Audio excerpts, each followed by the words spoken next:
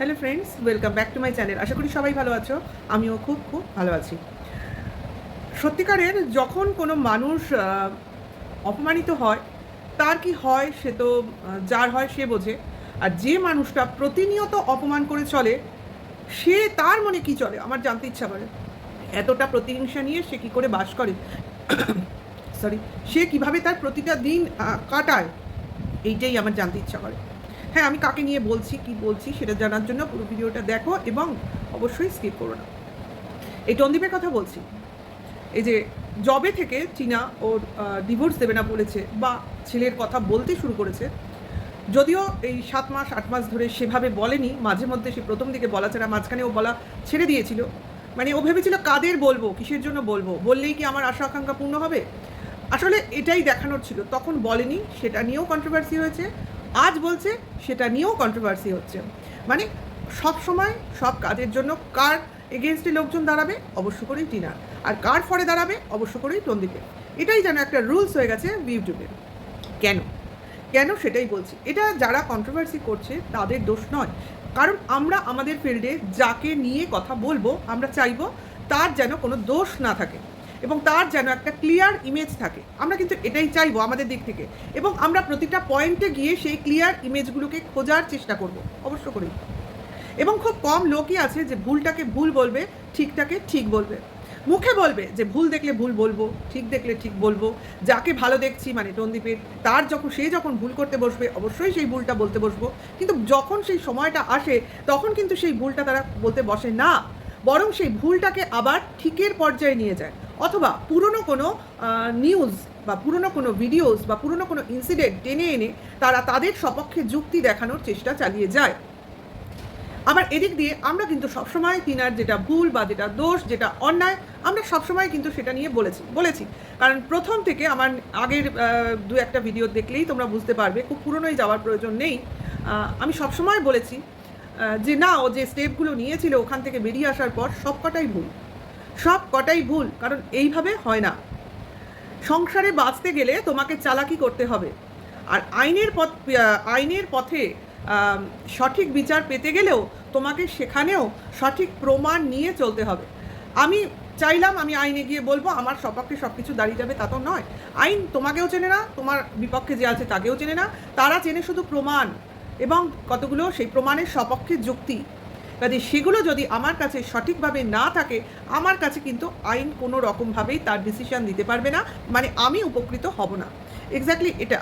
কাজে আইন কিন্তু একদম লাস্ট স্টেজ, মানে আমার হাতে যতক্ষণ আছে জিনিসটা আমাকেই হ্যান্ডেল করতে হবে।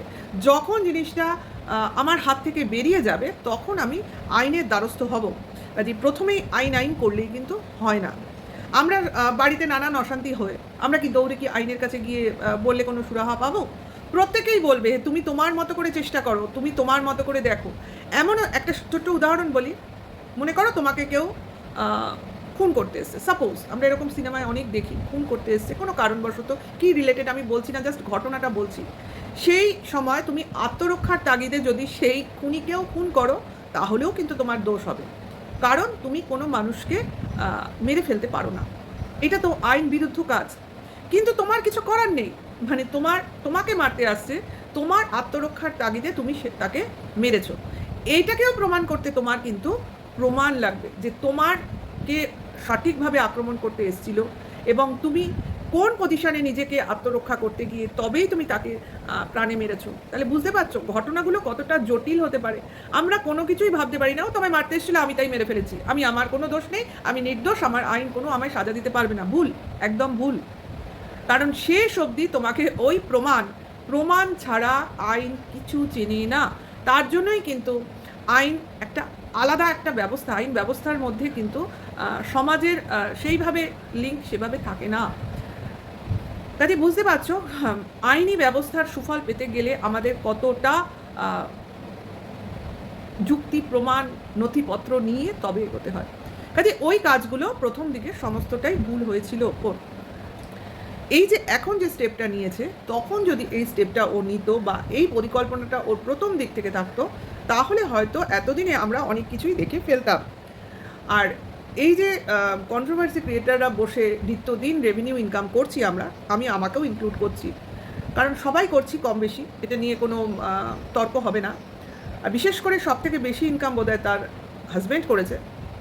তাহলে এই ব্যাপারটা নিয়ে কতটা আইনের কাছে কার্যকরী হবে পুরো ব্যাপারটা, ম্যাটারটা, সে একমাত্র আইনই বলতে পারে।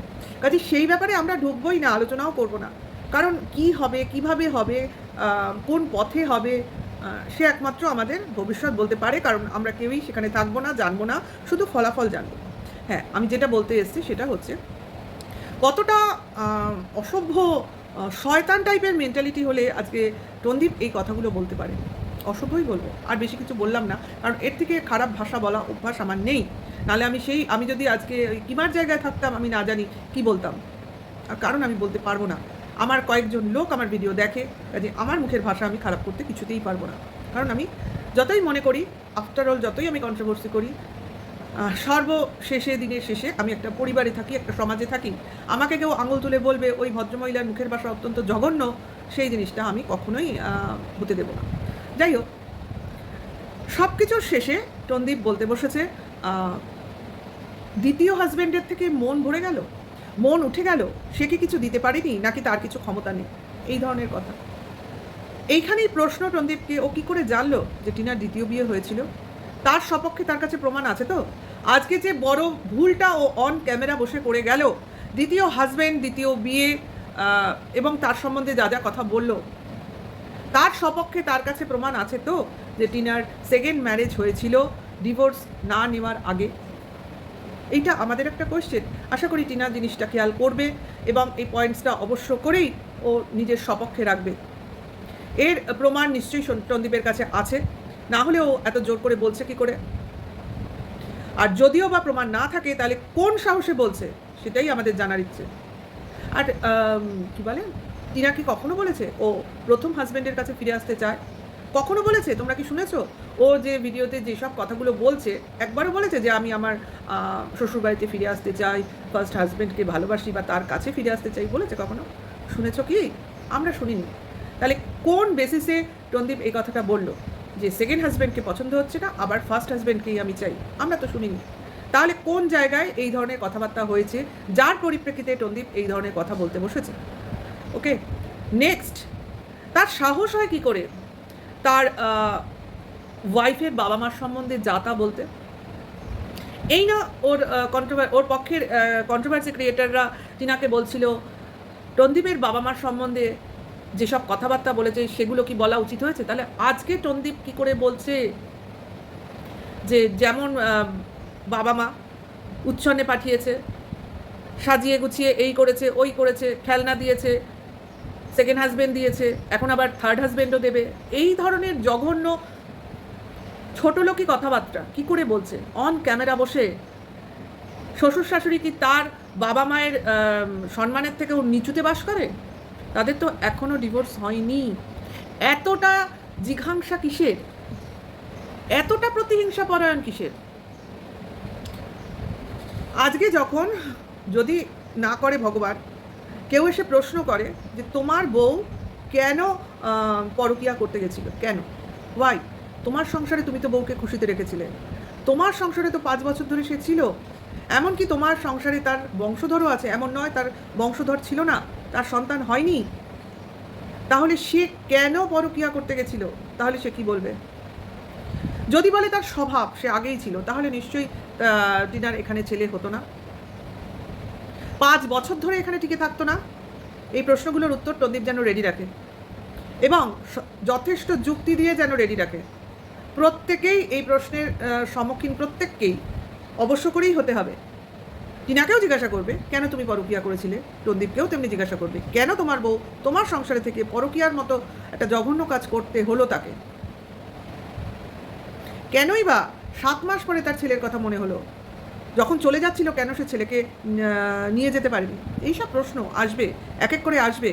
কাজে এই জঘন্য নির্লজ্জের মতো বসে কারোর বাবা মাকে অপমান করা অন ক্যামেরা, এবং যার বিয়ে হয়নি অথচ তাকে তার বয়ফ্রেন্ডকে সেকেন্ড হাজব্যান্ড বলে সম্বোধন করা, সেটা না হয়ে যদি নাও হয় থার্ড হাজব্যান্ডও জোটাতে পারে তার বাবা মা, এই ধরনের কটাক্ষ করা, এবং সর্বোপরি কখনো আমরা শুনিনি টিনা প্রথম হাজব্যান্ডের কাছে ফিরে আসতে চেয়েছে, তাহলে সেই ধরনের মিথ্যা কথা অন ক্যামেরা এসে বলার সাহস হলো কি করে?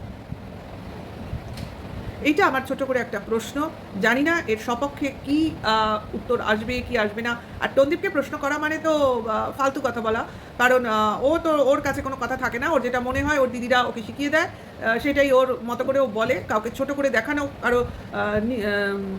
কাউকে অসম্মান করা, এটাই ওর চারিত্রিক বৈশিষ্ট্য। কোনোদিন সম্মান দিতেও পারেনি, না হলে বউ পরকিয়া করে বলে বউকে ত্যাগ করতে তার 2 মিনিটও লাগেনি, আবার তারপরেই ন্যাকামো করে তার আগে বলি ত্যাগ করতে 2 মিনিট লাগেনি, এবং সেটাকে প্রচার করতেও কয়েকটা মিনিট লেগেছে।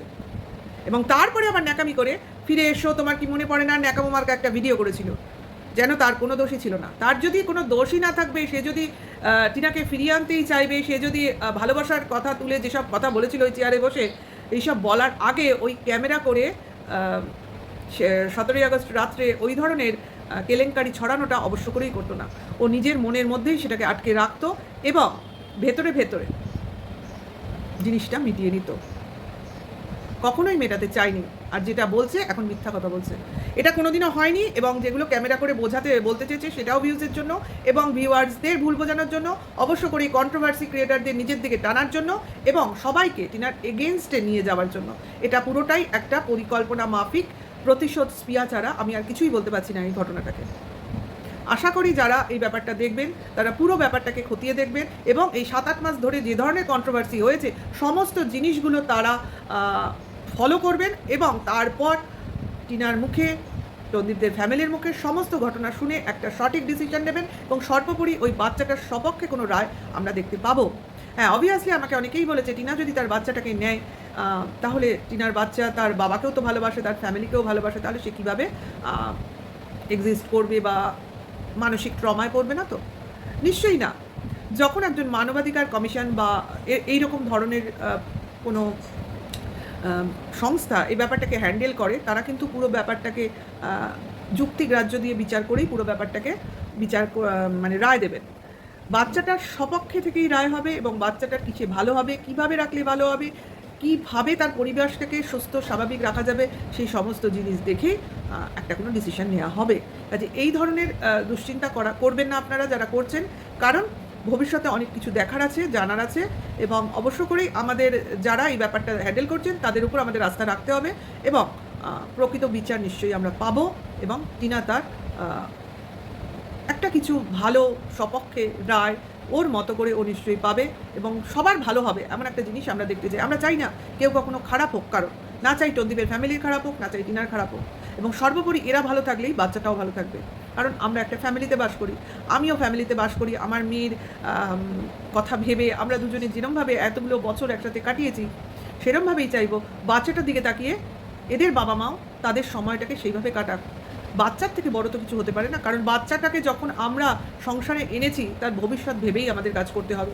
এমন কিছু কাজ করব না যাতে ওর ব্রেনে বা ওর হেলথে এফেক্ট পড়ে। এবং সর্বোপরি এই যে ইউটিউবে একটা পরকীয়া টেন্ডেন্সি এবং সর্বোপরি এই যে একটা এই ধরনের কেলেঙ্কারি প্রচার করে যে পরিমাণ ভিউজ কামানো হয়, এই টেন্ডেন্সিগুলো বন্ধ করার জন্য এই কমিশন কিছু একটা ব্যবস্থা করুক, এটা আমাদেরও রায়। আগে দেখে নিই এরা কী করে, তারপরে এর বিরুদ্ধে অবশ্য করেই আমরা কিছু একটা প্রচারে নামবো। আমার খুব ইচ্ছে, কারণ এই ধরনের পরকীয়া টেন্ডেন্সিটা বন্ধ করা দরকার। যদিও বা কেউ করে সেটা অন ক্যামেরা যেন না আসতে পারে, কারণ পরিবেশে পজিটিভ একটা এফেক্ট দেওয়াই কিন্তু ইউটিউবের উদ্দেশ্য। যদিও বা বাজে খবর কিছু ছড়ায়, তার যে ব্যাড এফেক্ট হলে কি তার প্রভাব হতে পারে তার থেকে একটা শিক্ষা নেওয়া যেমন প্রয়োজন।